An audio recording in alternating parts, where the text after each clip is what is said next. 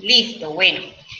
Voy a poner acá grandecito. Lo que pasa es que cuando llega alguna de ustedes me toca minimizar para poderle dar la entrada. Bueno, ok, entonces vamos a hablar de la ley de convivencia escolar. Esta es una ley muy importante que está muy vigente, que es obligatoria en todos los establecimientos educativos. Es una de las políticas generadas desde el Ministerio de Educación para que en Colombia se dé una mejor convivencia escolar.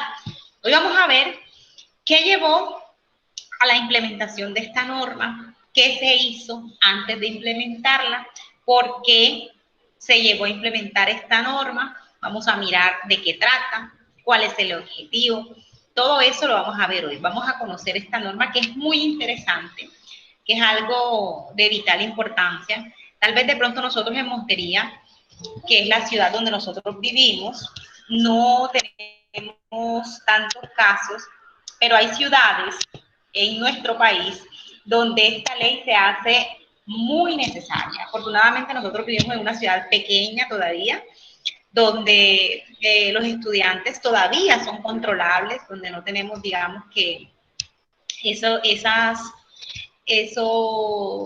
estadísticas llenas de casos de violencia y de cosas traumáticas. Afortunadamente en los colegios todavía de Montería no se ve eso, pero hay colegios de nuestro país donde sí se hace muy necesaria eh, la implementación de esta norma. Sin embargo, en nuestros colegios, en la ciudad de Montería, se implementa esta norma y ya vamos a ver cómo se hace. Entonces, por aquí tenemos qué es lo que se quiere de pronto o qué es lo que quiere el Ministerio de Educación. Ustedes saben que nosotros, como les dije la vez pasada, somos un país centralizado en ciertas cosas, como por ejemplo tenemos una sola constitución, tenemos un único presidente, y desde allá, del centro, es decir, desde la capital, desde Bogotá, es donde se desarrollan las normas, las leyes que se van a implementar al resto del país. Hay alguien que es el encargado de crear esas normas o esos conductos por donde nos vamos a ir las personas que trabajamos en educación, y es el Ministerio de Educación. Entonces, el Ministerio de Educación, desde la perspectiva de buscar mejoras para contribuir a la educación, pues va generando ciertas normas que posteriormente nosotros aplicamos en todos los establecimientos educativos del país, ya sean públicos o privados. Regálenme un segundo que por aquí tengo a alguien ingresando. Bueno.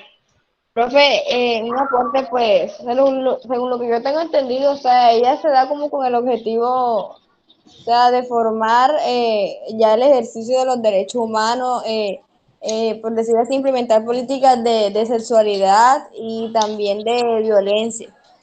Muy bien, exacto. Perdona que no te diga el nombre, pero es que acá no les veo los nombrecitos. Sí, así como dijo la compañera que acaba de intervenir, esta ley se creó buscando una educación, generar educación ciudadana, además de eso también formación en la sexualidad, también controlar la violencia en los establecimientos educativos. Muy bien, así es. Bueno, entonces lo que queríamos, antes de empezar, lo que queremos en este país para todos los niños, niñas, adolescentes y toda la comunidad que está en esa edad de educarse es una educación de calidad. Y una educación de calidad es aquella que forma mejores seres humanos, ciudadanos con valores éticos, respetuosos de lo público, que ejerzan los derechos humanos y la convivencia en paz. Miren esto, qué importante y qué bonito. Desde aquí, desde la educación, nosotros podemos transformar el mundo. Nosotros, los educadores, tenemos en nuestras manos la capacidad de transformar el mundo. Esos niños que los papás nos confían y que nos entregan a nosotros para que nosotros, digamos, enderecemos su camino a aquellos que llevan un camino no tan derecho y a los demás le ayudemos a formarse como ciudadanos éticos, respetuosos de lo público, que ejerzan derechos humanos y la convivencia en paz. Todo esto que está aquí le hace mucha falta a nuestro país, porque todos conocemos, lamentablemente, cómo es el funcionamiento de muchas entidades públicas de nuestro país y cómo es el actuar de muchas personas. Entonces, lo que se quiere es que desde la escuela se cambie esa visión y digamos que ya no tengamos gente que desde la política es corrupta y se roba de pronto el dinero de lo público, que es para las inversiones en educación, en salud, en todo lo que necesitamos nosotros como población. Entonces, eso es lo que se quiere, formar ciudadanos de bien, una educación que genere oportunidades legítimas de progreso y prosperidad para ellos y para el país.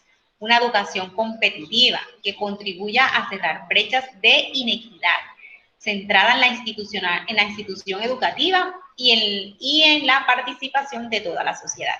Entonces, miren, queremos una educación, digamos que perfecta, una educación excelente, y a eso está encaminado el Ministerio de Educación, las Secretarías de Educación y las instituciones educativas del país, en buscar esta educación de calidad que le ofrezca a los niños, jóvenes, adolescentes, toda esta gama de posibilidades para formar personas competitivas que contribuyan en el país a ser mejores ciudadanos.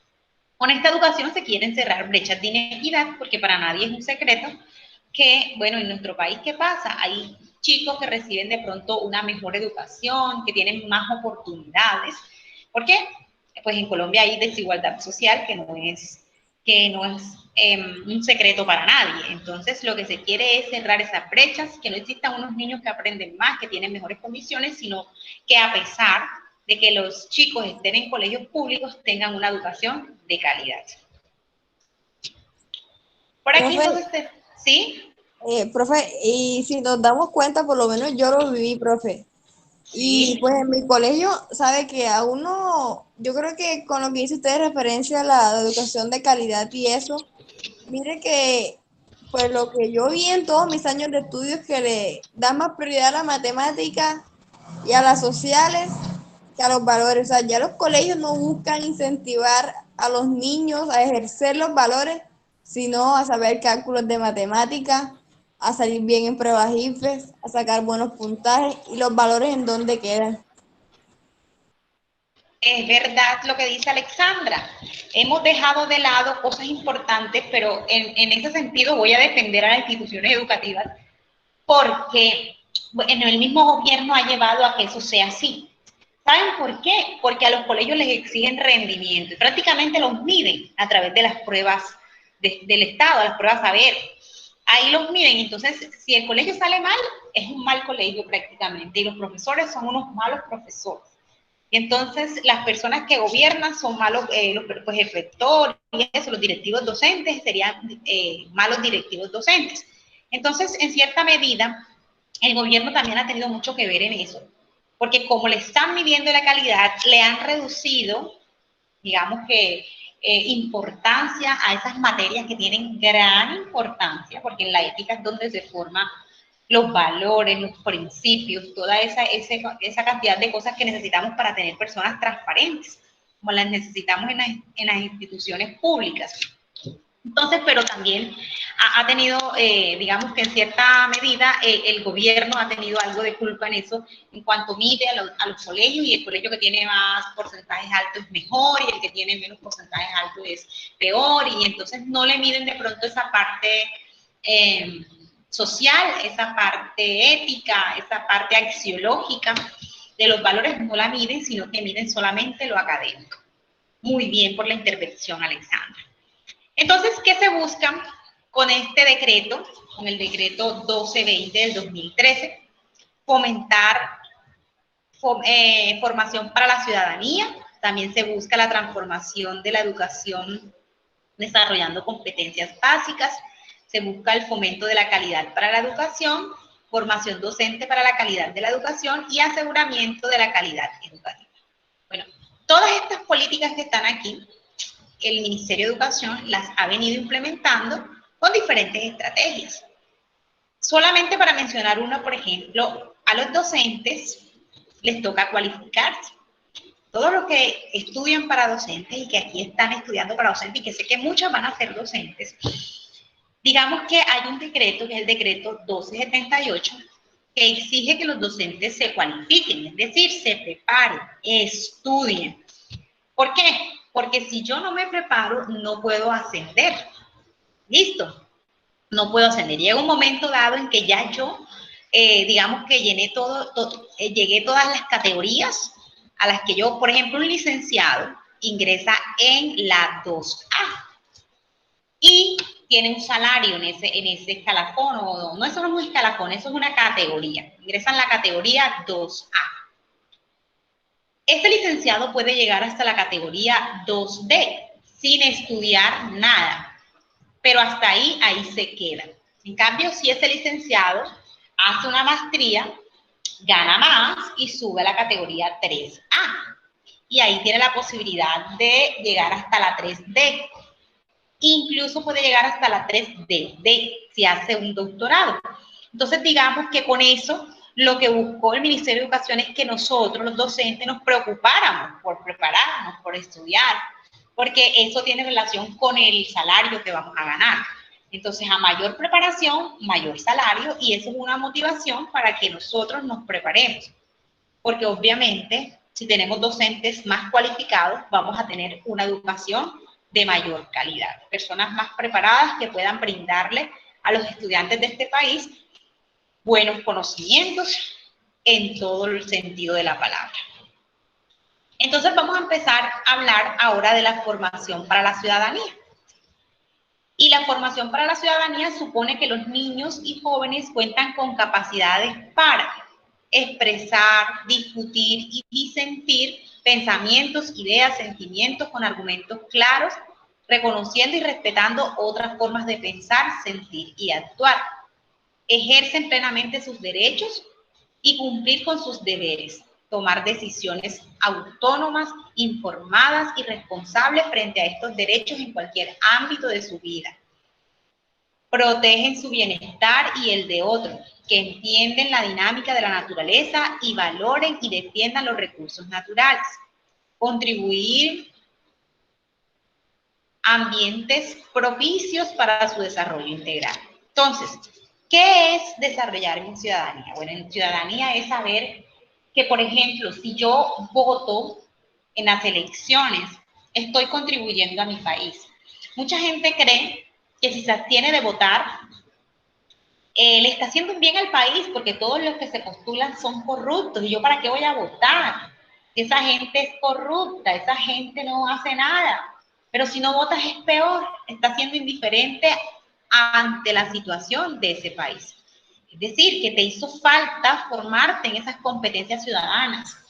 Porque ahí en la formación de competencias ciudadanas, el docente que forma al estudiante tiene la responsabilidad de hacerle ver que votar es un derecho y es un deber que tiene el ciudadano y que con su voto puede cambiar la realidad de este país. Porque si a mí no me gusta ninguno de esos candidatos que está ahí, hay un voto en blanco en el que yo puedo decir con ese voto en blanco, ninguno de ellos me gusta, quiero que cambien a los candidatos. Y de hecho, si algún día en este país llegase a ganar el voto en blanco, tendrían que cambiar a todos los candidatos que ahí están, porque la población está diciendo que no le gusta ninguno de esos, que le parece que todos esos que están ahí son personas que no están preparadas para recibir ese cargo, o que han tenido de pronto, antes de estar en ese cargo, investigaciones por corrupción o por cualquier cosa. Entonces, eso es competencia ciudadana. Saber expresarme, saber discutir, saber disentir, ejercer plenamente mis derechos, cumplir con mis deberes, es lo que le estoy diciendo ahora, proteger el bienestar mío, pero también el del otro, saber convivir en sociedad, saber aceptar que muchas veces pues yo no estoy de acuerdo, quizás muchas de ustedes ahora dicen, ay no, yo no estoy de acuerdo con lo que está diciendo la profesora, y yo puedo abstenerme de no votar, y yo como buena ciudadana tengo que respetar que muchas personas no estén de acuerdo conmigo. Eso es formación ciudadana, eso es capacidad de ser un buen ciudadano. Y un buen ciudadano también es el que cuida su medio ambiente y no lo destruye. Entonces queremos formar chicos que tengan todas estas capacidades que vemos aquí, que sean capaces de actuar bajo esas capacidades. Eso es lo que se quiere con este decreto 1620 del 2013. Para eso hay unos programas transversales en la escuela, en todas las escuelas del país, y de pronto ustedes han tenido la oportunidad de hacer parte de algunos de estos grupos, porque en todos los colegios en todos los colegios hay comités que se encargan de llevar a cabo estos, digamos que estos son proyectos transversales, así los llaman en el colegio. Entonces, en el colegio hay varios docentes que hacen parte del proyecto transversal, por ejemplo, de educación para el ejercicio de los derechos humanos. Y también hay estudiantes que se vinculan a esas actividades. Hay otro grupo que... ¿Sí? ¿Alguien va a intervenir? ¿No? Bueno, por ahí hay un microfonito abierto. Bueno, hay otro grupo que hace parte de la educación para la sexualidad y la contribución de ciudadanía. Hay otro grupo que hace parte de educación en seguridad vial, hay otro que hace parte de educación ambiental, estilos de vida saludables, educación económica y financiera. Estos son proyectos transversales, no son materias que se dan en el colegio, sino que son proyectos transversales, y los proyectos transversales se encargan de hacer un tipo de actividades en la que se forma a los ciudadanos. Por ejemplo, hay otro proyecto transversal que se llama Democracia. Allí en ese proyecto es donde se hace todo lo del gobierno escolar. Se escoge al personero, a los representantes de curso, a los representantes para el consejo directivo, para el consejo académico. Este de educación sexual se encarga de hacer campañas de educación sexual en el colegio. Por ejemplo, pueden hacer una campaña en la que incentiven a las chicas a cuidar su cuerpo, a los niños, a no permitir, dependiendo la edad, obviamente, hacen las actividades. El de educación ambiental se encarga de fomentar ese cuidado por el medio ambiente. El de estilo de vida saludable se encarga de enseñarle a los estudiantes cómo hay que alimentarse, cuál es la forma de estar bien físicamente. Bueno, cada uno de estos proyectos tiene una serie de actividades y hace un cronograma para durante todo el año escolar enseñarle a los chicos ciertos hábitos saludables. La formación para la ciudadanía debe ocurrir en todos los espacios de la escuela, de manera transversal, permanente, intencional y sistemática. Entonces, esta formación para la ciudadanía, aunque hay en la escuela, como les decía, un proyecto transversal que se encarga de eso, no solamente ese proyecto debe hacerse una vez al año o 2 veces. Es todo el año que nosotros debemos estar fomentando en los estudiantes esa participación ciudadana, esa formación de ciudadanía, enseñarles a ser atentos, amables, a participar de todo lo que hay en el colegio, a intervenir en las decisiones que se toman en el colegio de una forma respetuosa y tolerante. Aquí tenemos logros, metas, plan sectorial. Bueno, aquí vamos a empezar a ver cómo se empezó a implementar la ley 1620 del 2013. El 100% de secretarías de educación fortalecidas para la implementación de proyectos y programas. 10.500 establecimientos educativos implementan proyectos y programas transversales que desarrollan competencias ciudadanas. Es decir, que empezó a hacerse un estudio para mirar qué hacía falta en las instituciones educativas, qué tenía que incorporarse, y ahí fue donde se llegó a la conclusión de incorporar esta ley. Vamos a ir mirando. Evolución y seguimiento al desarrollo de competencias ciudadanas. Colombia lidera el sistema regional de evaluación y desarrollo de competencias ciudadanas, en el que participa México y Costa Rica.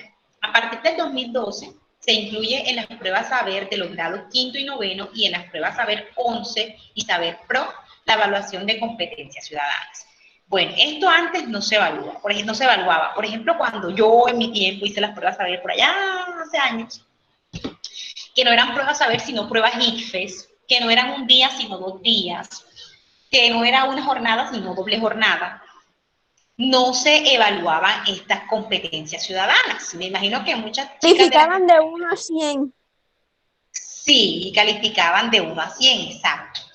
Bueno, me imagino que muchas de ustedes también les tocó así como a mí, que ya hoy en día es un solo día y es una sola jornada. Qué rico, ¿verdad?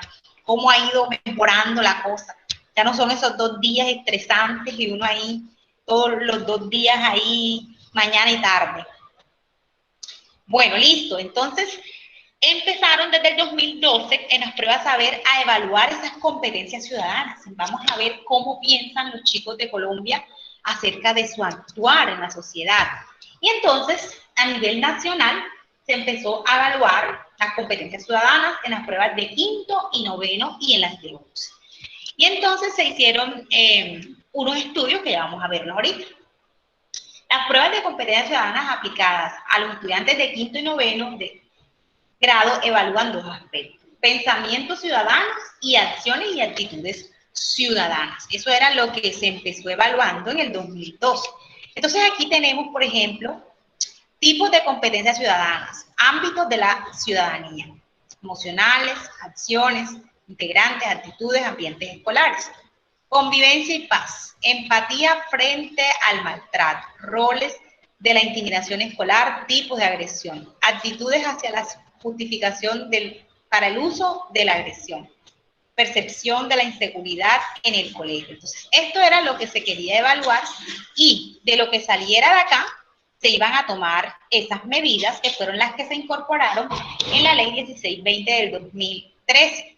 Listo, cuando ya se evaluó y se miró qué contestaron los chicos de quinto, noveno y 11, se empezó a ajustar esta norma que ya pues venía siendo pensada, que ya venía siendo estudiada, que venía siendo planeada, pero que con estos resultados de estas pruebas se enriqueció. Y vamos a ver por aquí resultados, ámbito, convivencia y paz. Por ejemplo, aquí vemos que, aquí esto se me ve, no se me ve, aquí. Agresión repetida y sistemática que ejercen una o varias personas contra alguien que usualmente no sabe cómo defenderse. Reporte de víctima, intimidador y observador. Entonces aquí tenemos que roles de intimidación escolar en quinto grado. De acuerdo a las preguntas que se hicieron, se sacaron estos porcentajes. Por ejemplo, aquí tenemos las víctimas en Colombia, 37.6. Oficiales urbanos, o sea, colegios oficiales urbanos, es decir, en los colegios públicos 39.6, oficiales rurales 32.8 y colegios no oficiales, es decir, los colegios privados 37.4. En las niñas, las víctimas 35.4 y los niños 39.8. Por acá, los intimidadores, en Colombia 21.5%, en los colegios públicos 22.1%, en los colegios públicos rurales 20.1%, en los colegios privados 21.5%, en las niñas 16%, y toda esta información se sacó ¿de dónde? De las pruebas a ver. Acá miramos los roles de la intimidación escolar en grado noveno. Podemos encontrar igual víctima, intimidador y observador, Colombia. Aquí vemos los datos.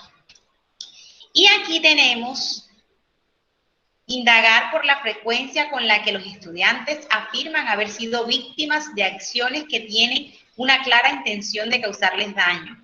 Pueden representarse de diversas formas: agresión física, patadas, puños o golpes, entre otros. Agresiones relacional, daño sobre la relación personal, como inventar chismes o excusas y agresiones verbales, insultos y burlas. Miren, miramos acá, en estas estadísticas que está acá, que lo que más se da en los colegios, en los establecimientos educativos de nuestro país, son las agresiones verbales. Aquí las tenemos en Colombia con un 47.6. Afortunadamente, las agresiones físicas son las que menos tienen incidencia y es un 27.5. Y la relacional, es decir, las relaciones que tienen con otros compañeros, es decir, generar chismes y eso para que pierdan la relación, están en un 34.7%. Aquí, por ejemplo, miramos en grado noveno, aquella era en grado quinto, se da algo similar, y es que la agresión más frecuente es la agresión verbal, luego tenemos la agresión física y luego la agresión relacional. Resultados, ámbito, participación y responsabilidad democrática.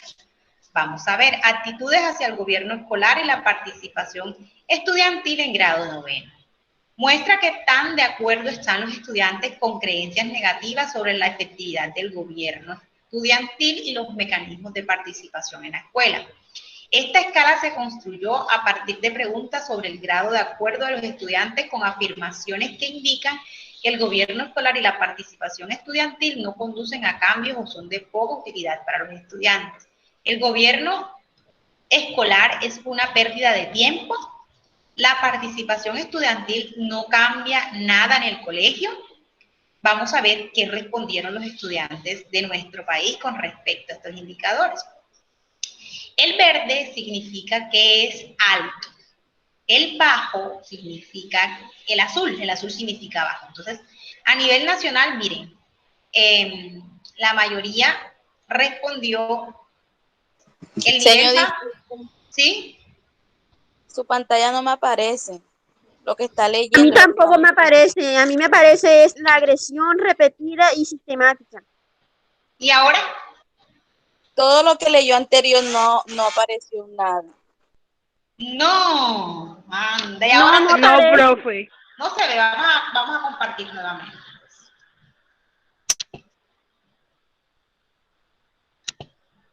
Profe, hoy no la hemos visto.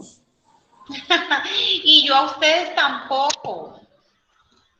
Ahorita nos vemos antes de que se acabe la clase, no se preocupen. Es que a veces no me gusta tanto colocar cámara cuando estoy grabando, porque estas grabaciones ustedes saben que toca subirlas a YouTube, entonces no me gusta tanto así, pero ahorita que ya se acabe la clase, nos vemos un rato, tranquilas. Ahí pueden ver. Y no puede ampliar la diapositiva porque es que ahí no se alcanza a leer, dan las letras muy chicas. Ya la voy a emplear, Ahí, listo, ¿la ven más grandecita? Está igual. Ahí sí se ve, profe, sí se ve. Ya, ok, bueno, listo. Fijen su pantalla y pues, fijen la pantalla, fijarla y ustedes pueden colocarla a su tamaño, el tamaño que ustedes quieran. Bueno, listo. Bueno, gracias por eso. Entonces, en el nivel bajo se ubican los estudiantes que tienen una actitud negativa, es decir, los que están con azul, hacia el gobierno escolar y la participación estudiantil. Afortunadamente vemos que en el nivel bajo, que es el azul, miren, hay menos cantidad de estudiantes. Es decir, que la mayoría de estudiantes tiene una percepción buena, es decir, una percepción alta con respecto a lo que es el gobierno estudiantil. Lo ven como una buena opción. Por acá tenemos otras preguntas y es, ¿está bien incumplir una ley si esta busca resolver problemas sociales, pobreza, desigualdad, etcétera? ¿Está bien incumplir una ley para proteger a un amigo? ¿Está bien incumplir una ley si es la única forma de ganar dinero? Estas son preguntas que le hacen a los chicos en las pruebas de saber de noveno. Entonces, lo mismo, el nivel bajo se ubica los estudiantes que demuestran algún nivel de acuerdo con la afirmación, que presentan situaciones y razones que justifiquen el incumplimiento de las leyes, haciéndole parecer como algo aceptable bajo ciertas situaciones. Entonces, afortunadamente también tenemos en azul menos estudiantes, lo que quiere decir que la mayoría de los estudiantes ven mal el incumplimiento de las normas. Cuando damos ciudadanía, una parte de la ciudadanía es enseñar a los estudiantes el respeto por las normas que hay en nuestro país, ¿cierto? Y no solo enseñarles el respeto, sino hacer que ellos conozcan cuáles son los derechos que ellos tienen, cuáles son las normas que hay en el país, qué pueden hacer ante una injusticia que se les está presentando. Eso es lo que se da, digamos, en ciudadanía para que los estudiantes estén preparados para convivir en sociedad, porque hoy en día la educación es por competencias. ¿Qué es eso de la educación por competencias? Hoy en día formamos para la vida. Ya no es como antes, que a veces antes nos hacían aprendernos de pronto de memoria ese poco de cosas y uno decía, ay no, pero esto qué utilidad tiene, Dios mío, que me hagan a mí aprenderme este poco de cosas y a la hora del té a mí se me olvida. O sea, yo me lo aprendía de memoria, pero al ratico no sabía ni para qué servía ni para nada. La idea de la educación hoy es que nosotros lo que enseñemos sea aplicable a la vida. Por ejemplo, si yo a alguien en el colegio le enseño qué es una tutela, cómo se hace una tutela, ante qué entidades puedo yo presentar una tutela, es para que el estudiante, si se ve él o su familia en una situación donde se le están vulnerando sus derechos fundamentales, acuda a esa herramienta, a esa acción que tiene para poder ejercer frente a cualquier entidad que le esté vulnerando su derecho.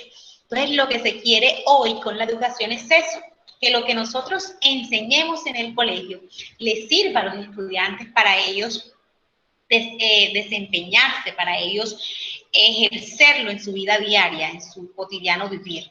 Y no solamente pues desde las ciencias sociales o desde la ciudadanía, sino desde cualquier área, ya que ustedes están en camino a ser docentes. Bueno, otras cosas que se le preguntaron a los estudiantes de noveno es si un funcionario del gobierno tiene un salario muy bajo, ¿está bien que acepte dinero a cambio de realizar un trámite? Otra pregunta es, si las propuestas de un candidato son buenas, ¿está bien que ofrezca regalos a cambio de que voten por él? Y otra es, si uno necesita un documento con mucha urgencia, ¿está bien darle dinero a un empleado público para conseguirlo rápidamente? Como podemos ver, acá nos dice que en el nivel bajo se ubican los estudiantes que muestran algún nivel de acuerdo con afirmaciones que presentan situaciones y razones que justifiquen actos de corrupción. Entonces aquí vemos que, bueno, aunque es menor los estudiantes que están de acuerdo con los actos de corrupción, sin embargo el número es un poquito grande. Es decir, que es la forma en la que nosotros nos hemos... es como el ambiente en el que nos hemos desenvuelto, que muchas veces vemos ciertos actuar como normal. A veces nosotros vamos a una entidad pública y pues nosotros mismos hemos mal acostumbrado a los funcionarios públicos. Porque yo necesito el papel con mucha urgencia y como lo necesito con urgencia le digo a la persona, mira, ay, te doy un billetito ahí para que me hagas el favor y me dejes ese papel rápido, dale. O por ejemplo, en la calle nos para un policía y nosotros no tenemos cualquier papel, ya sea el seguro, o sea la tecnomecánica, o de pronto la licencia de conducción, y entonces yo al policía le digo, mira, tengo este billetico. Entonces, yo creo que también nosotros como ciudadanos muchas veces malformamos a la autoridad. No simplemente que la gente, pues sí, obviamente que la persona no debe aceptar. Si está bien formada en ciudadanía y tiene unos principios bien cimentados, no debe aceptar este ofrecimiento que yo le estoy haciendo. Pero mira que no solamente él está actuando mal, y muchas veces nos quejamos, no, pero si es que los policías son unos corruptos. Son unos corruptos porque reciben, pero ¿quién es el primero que ofrece? O sea, también miremos nuestra parte, porque nosotros también contribuimos a que eso sea así. Nosotros somos los primeros que estamos ofreciendo y nosotros también estamos actuando mal, porque nosotros también estamos contribuyendo a que la corrupción se dé. Somos nosotros los que estamos motivando a que esa corrupción se dé. Él lo acepta, pero nosotros somos los que estamos contribuyendo. Entonces, ojo, no solamente él con su actuar el que está ocasionando daño, el que está haciendo algo mal contra el Estado. Nosotros, con nuestra actuación, también estamos contribuyendo a que eso sea así. Listo, resultados en el ámbito pluralidad, identidad y valoración de las diferencias. A ver, aquí tenemos otras preguntas que también se le hicieron a los estudiantes de grado quinto. Por ejemplo, a los estudiantes de grado quinto se les preguntó, ¿cuántos de tus compañeros rechazan a otras personas por su aspecto físico? Por ejemplo, por llevar gafas o por ser muy delgados. Otra pregunta fue, ¿cuántos de tus compañeros rechazan a otras personas por su color de piel? Y otra fue, ¿cuántos de tus compañeros rechazan a otras personas por parecer poco inteligentes? Aquí tenemos que en el nivel bajo se ubican a los estudiantes que afirman que sus compañeros discriminan a otros. Y miren, veamos con preocupación estas cifras, sobre todo aquí en oficiales urbanos. Mire, vea, el 50% dijo que discriminaba a otros compañeros por cualquier de estas razones, sea porque usa gafas, sea por el color de piel, sea porque lo consideran menos inteligente. Esto está gravísimo y la mayoría de los puntajes son altísimos. Profe, disculpe, ¿será que usted no está pasando las diapositivas porque no vemos lo que usted está diciendo? Ay, no, Dios mío, si las estoy pasando, no sé qué pasa. ¿Y ahí tampoco la ven? No, profe, está en lo mismo de hace rato. Bueno, vamos a volver a compartir. Me va a tocar dejarla así minimizada, porque si la pongo grande es cuando no se ve. Cuando la pongo grande no les pasa a ustedes, no la ven ustedes.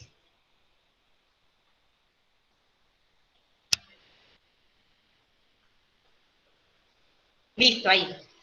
Entonces miren que con esto que se vio acá, fue que se tomaron también esas medidas para crear la ley 1620 del 2013, y ustedes saben que en todos los colegios hoy en día, pues la gente dice que está de moda la palabra bullying y todo eso, y a veces decimos pues que es exagerado. Decimos, bueno, pero si en el tiempo mío a mí me hacían maldades. Bueno, con contarles a ustedes que a mí en el colegio donde yo estudié, que fue en el ICSE, ese colegio ya no existe, me metieron una iguana muerta en el bolso. Y eso en ese entonces, pues para uno era normal, uno como que no lo veía como bullying ni como nada de eso. Pero imagínense en el tiempo de hoy donde a alguien le hagan eso, mejor dicho. A mí me hicieron 1000 maldades en el colegio y un día me echaron un sapo en la cabeza y me quedó en el pelo. Enredado. Eso depende de la clase de recocha, profe. No, porque yo no estaba ni siquiera jugando. Eso fue cuando estaba en primaria. Resulta que yo estaba ahí en el salón y estaban unos chicos ahí jugando con un sapo y jugando, te tiro el sapo y te tiro el sapo. Y yo que no estaba en el show, yo escondiendo. Y me cae el sapo, a mí el sapo muerto. Yo que tenía ese pelo así agajado, ese pelo que se le queda todo pegado. Ahí se me ha quedado el sapo en el pelo. Y me lo ha quitado otra niña, una compañerita, con una escoba del pelo. Me hizo así y el sapo cayó en el piso. Pero ustedes ven los contextos, o sea, hoy en día una mamá se muere donde al hijo le hagan eso, por favor.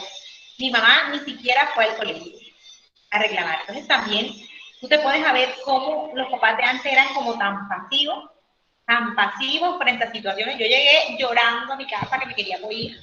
Y mi mamá ni siquiera fue de esas mamás que van al colegio y qué pasó, por qué le echaron, no, nada. O sea, las mamás de antes y la educación antes, ustedes se dan cuenta cómo eran. A nosotros en el colegio nos pegaban, el profesor no te sabes la tabla, le daba un reglazo a uno y uno llegaba a la casa y contaba y la mamá, está bien, porque no te sabes las tablas.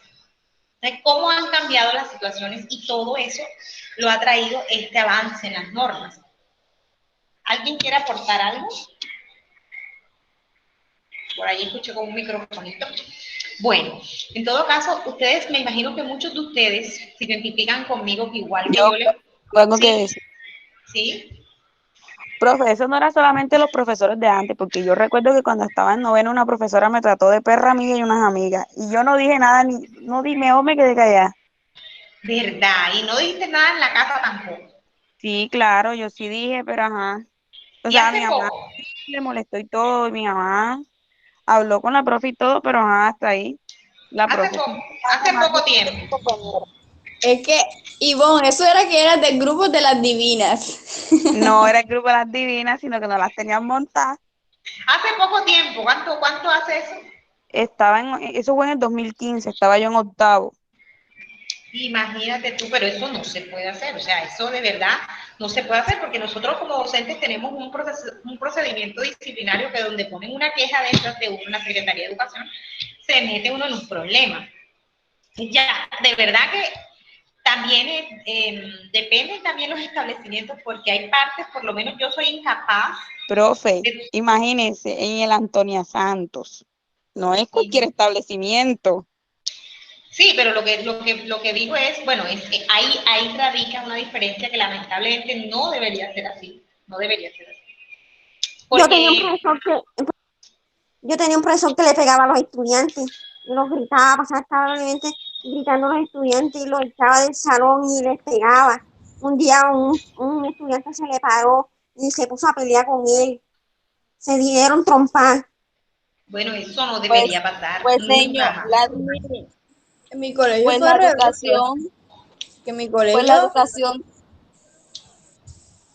continúa. Una y después la otra, cualquiera de las dos, tranquila. Y después pues habla.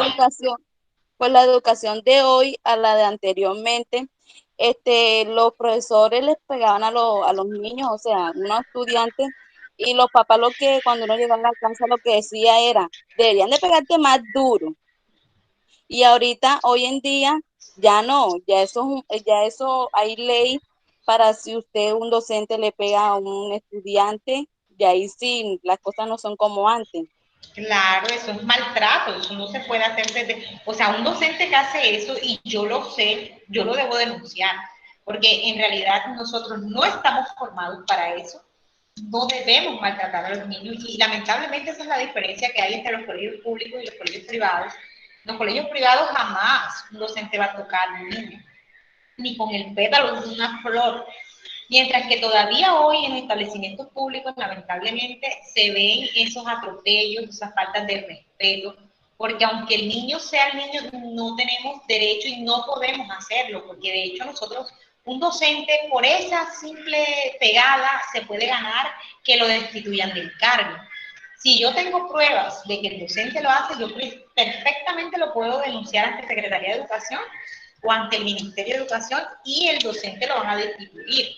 Entonces, nadie hoy en día tiene la potestad jamás, porque hoy hay muchas normas que protegen los derechos de los niños y los niños, los adolescentes son intocables. No se pueden maltratar ni física ni verbalmente. Yo, como docente, a veces me pongo el papel de los docentes y sé que no es fácil, porque hay estudiantes que realmente, Dios mío, nos sacan canas de todos los colores. Pero nosotros tenemos que ponernos en el papel de que para eso estamos nosotros aquí. Para eso fuimos formados. Y cuando tú te metes a una carrera como esta, sabes que eso te lo vas a encontrar. Porque uno quisiera que todos los estudiantes fueran los mejores estudiantes del mundo, pero esa no es la realidad.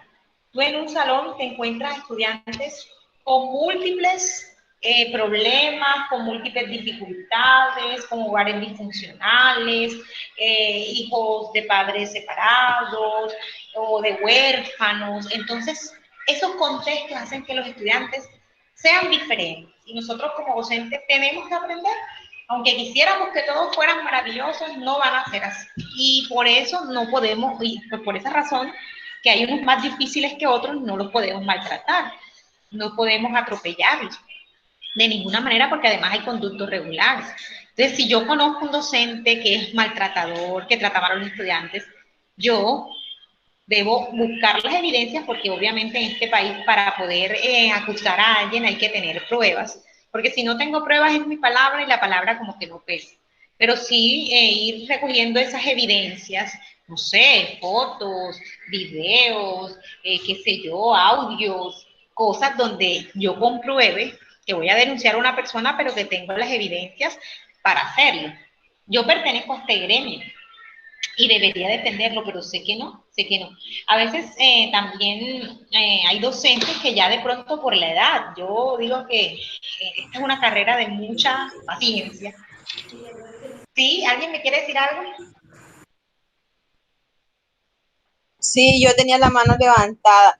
Profesora, no, referente a lo que usted estaba diciendo del tema de la educación antigua, por decir así, en el tiempo que nosotras estudiamos, porque yo veo que de pronto Alexandra, Enedina son más jóvenes. 2015 ellas estaban en el colegio, yo terminé el colegio en el 2004, o sea, hace mucho rato. Entonces, la educación era diferente, lo que usted dice, el tema de bullying y todas estas cosas. La reacción de los padres ante las situaciones que se nos presentaban en el colegio eran totalmente diferentes. Mi pregunta es, a su modo de ver como docente, ¿cómo era mejor? ¿La que llevábamos nosotros, la que estamos viendo ahora? Porque si bien es cierto, la educación ha avanzado y se toma como que avanzado, por decirlo así, de que todas estas leyes y todo esto que cubren los derechos del menor es un avance, pero hasta qué punto es un avance, sí, y no sea como que están haciendo una generación más, de pronto, más débil, que ya no se les puede decir nada, que todo es bullying, que se traumatizan. O sea, a mí literal, yo tenía como 20 apodos en el colegio. A mí muchas cosas, o sea, yo toda mi vida estudié hasta séptimo, octavo, estudié en el barrio y estudié en un colegio privado y cuando yo salgo ya a hacer el noveno, porque ya en el barrio no había, llegaba hasta noveno la educación y paso a un colegio grande, o sea, a mí me hicieron el bullying de esta vida y de la otra. Y a mí eso no me traumó, yo terminé mi colegio, terminé mi carrera y hoy en día me considero como que una persona que le aporta a la sociedad, por decirlo así, y no hice cosas malas. Entonces, hasta qué punto es bueno todos esos derechos y todo eso que están implementando para los jóvenes hoy en día, que siento como que se ha vuelto una generación de cristal, como que no los pueden mirar, no los pueden tocar, no les pueden hacer nada. Entonces, ¿hasta qué punto es bueno eso? Entonces, quería De como acuerdo. escuchar qué piensa usted referente a eso. Estoy de acuerdo contigo, Ela, pero en cierta medida. Es que una cosa es el maltrato. O sea, yo cuando hay papás, porque yo soy docente de niños pequeños, y cuando el papá me llega diciéndome que le hacen bullying, que no sé qué, o sea, hay una diferencia y uno tiene o sea, que conocer las diferencias. Hay una diferencia en lo que es un bullying, que es un acoso permanente, constante, todo el tiempo, que se la tengan al muchachito y todo el tiempo, pero no que, ay, no, es que hoy le dijo que es, no que sé, o sea, lo que se dicen los niños, porque los niños son bueno, les voy a poner un ejemplo literal que me pasó con una mamá. Yo tuve un estudiante que él tiene cáncer.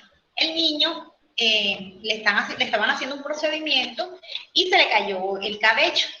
Bueno, con la caída del cabello, los niños son como tan, sin filtros, son unos niños que te dicen las cosas como son. Incluso nosotros las profesoras, digamos que yo un día voy al colegio sin peinarme y dice, profe, estoy pelucada. O yo voy un día con los labios pintados y, profe, tiene los labios pintados hoy. O sea, ellos se dan cuenta de lo mismo. Y entonces al niño ellos empezaron a preguntarle, pero ni siquiera para mí no era bullying. Le decían, ¿qué te pasó? ¿Qué tienes en el cabello?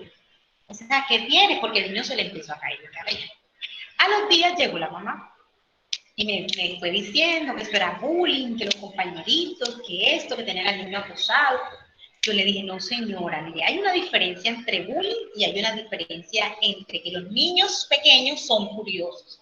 Ellos no en ningún momento le están haciendo bullying, porque bullying es acosarlo, dejarlo sin respiración o qué sé yo, pero yo he estado presente en la conversación que han tenido los niños y a los niños les causa curiosidad porque a él se le está cayendo el cabello. Entonces ellos le dicen que sí, que le pasó, pero en ningún momento quieren hacer sentir mal al otro niño, sino que ellos le están preguntando qué te pasó, porque a ellos no les está pasando lo mismo.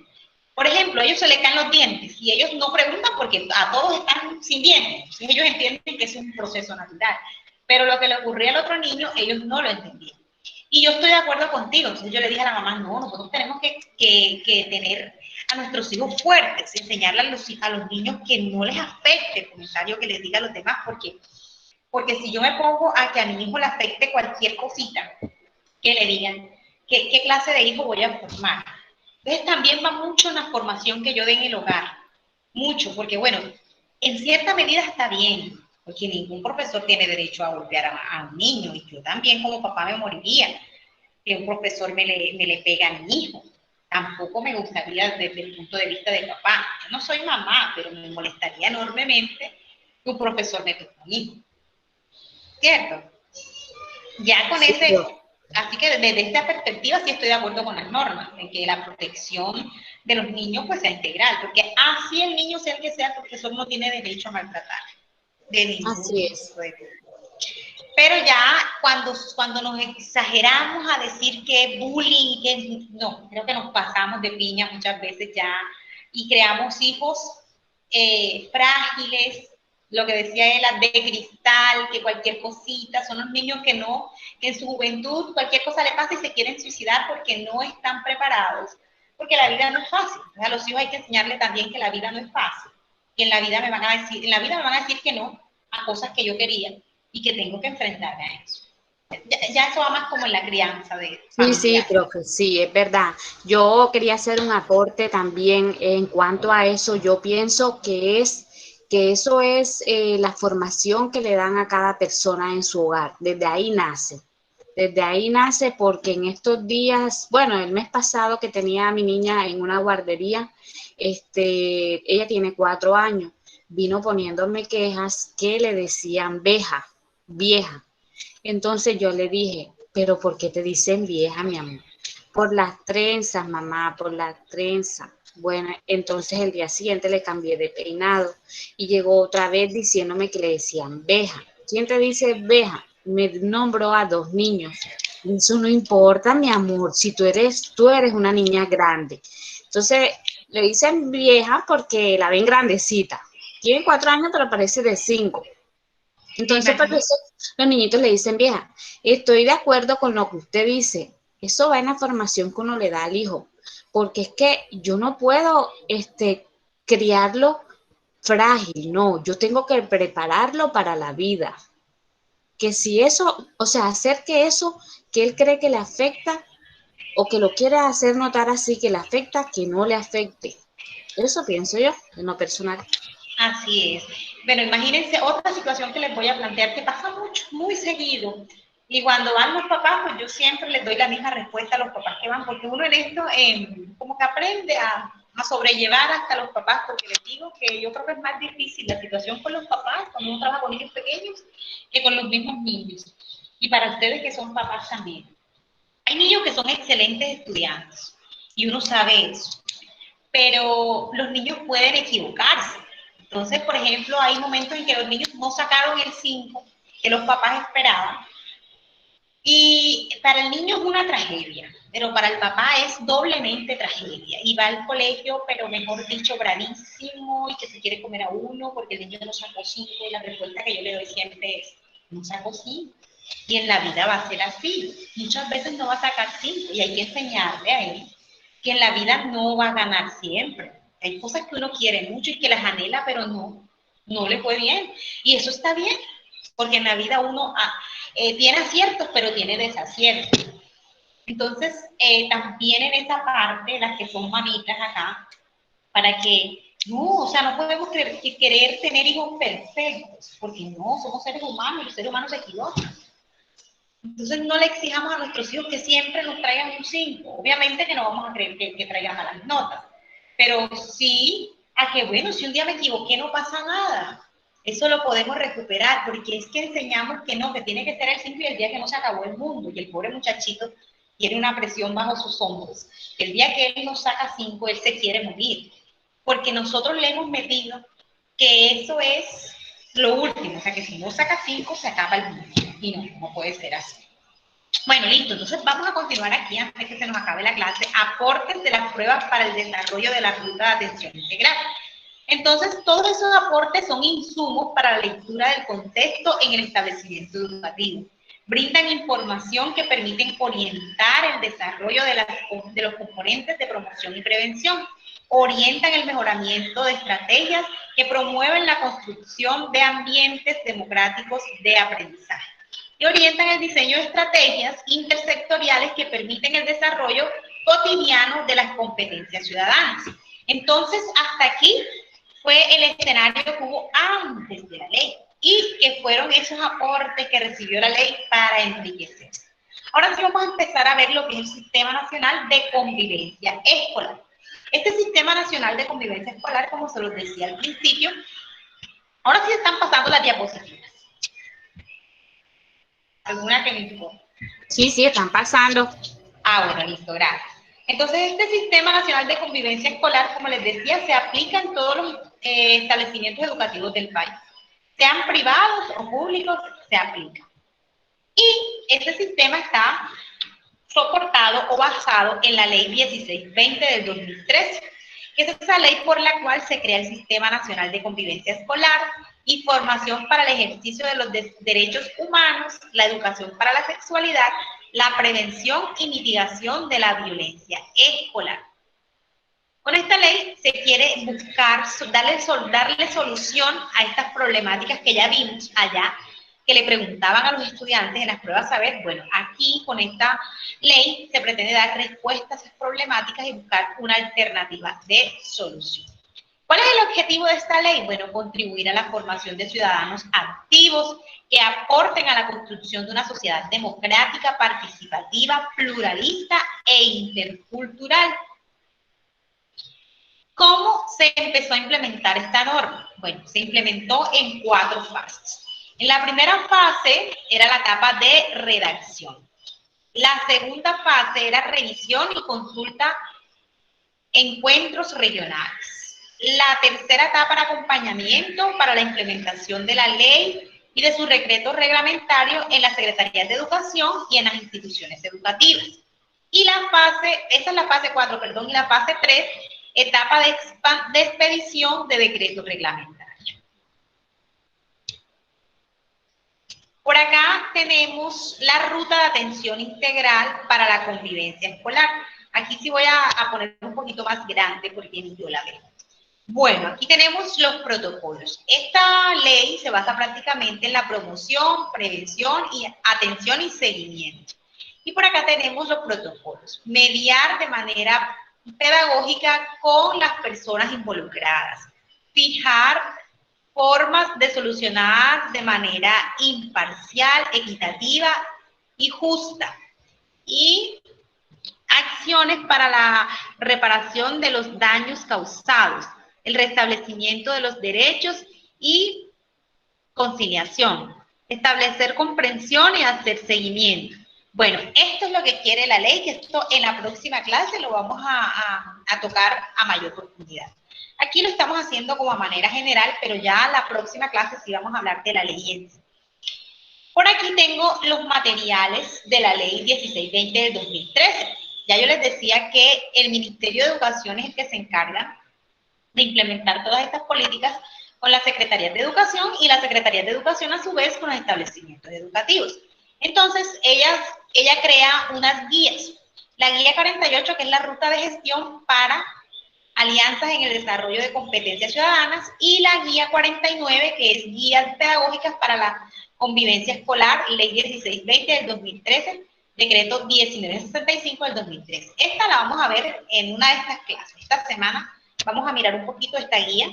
Aquí está la estructura, dice alianzas para el desarrollo de competencias ciudadanas, manual de convivencia, esto el sistema el sistema de convivencia escolar en los colegios se debe incluir dentro del manual de convivencia. Y tenemos la ruta de atención integral para la convivencia escolar, qué puede hacer para fortalecer la convivencia escolar y convivencia y decretos sexuales y reproductivos en la escuela. Todo eso hace parte de la atención, de la atención integral. Aquí tengo el manual de convivencia, como les dije, dentro del manual de convivencia se debe incorporar estas políticas de convivencia escolar.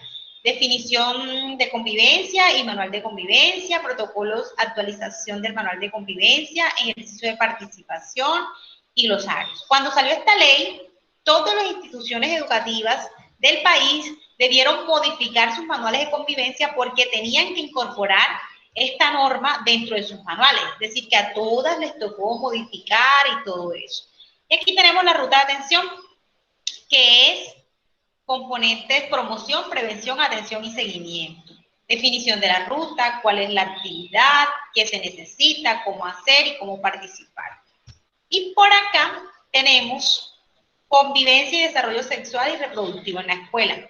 Cómo se entienden los derechos sexuales y reproductivos, los derechos humanos sexuales y reproductivos en el contexto de la convivencia escolar, qué conceptos básicos son necesarios para comprender la situación de vulneración de los derechos humanos sexuales y reproductivos, qué hacer frente a vulneración de los derechos humanos sexuales y reproductivos en el contexto de convivencia escolar.